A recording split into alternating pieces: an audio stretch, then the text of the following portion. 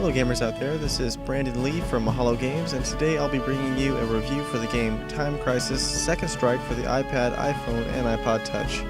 For more videos in this series, go to mahalo.com/timecrisissecondstrike. Don't forget to rate, comment, subscribe, and send any requests to requests@mahalo.com.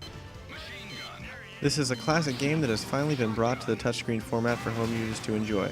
At first you may be thinking, what a bummer, no gun, no fun. But it is definitely still a physical experience thanks to the iPad tilt covering feature.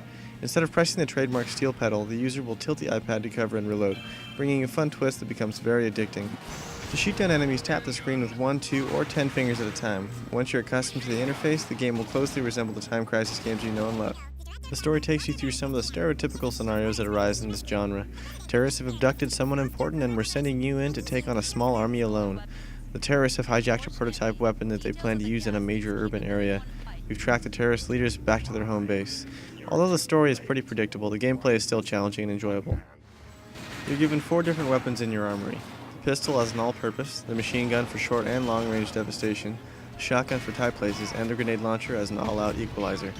Not a long list of weapons, but enough to get the job done. If you pass each level without dying, you'll have lots of ammo to burn. The different levels will take you to forests, villas, office buildings, freeways, and etc., but the graphics and animation are still pretty plain Jane. You'll be seeing lots of pixels and jagged edges that will remind you of your childhood.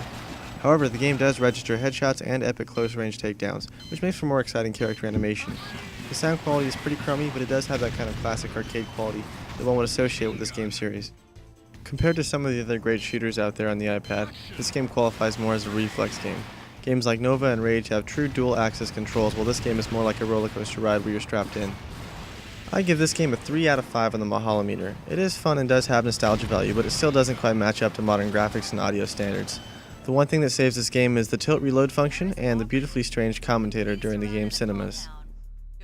The game is free to play the first level, but is a staggering $8.99 to play the other 9 levels. It's a little overpriced considering it has no multiplayer options and can be beaten fairly quickly.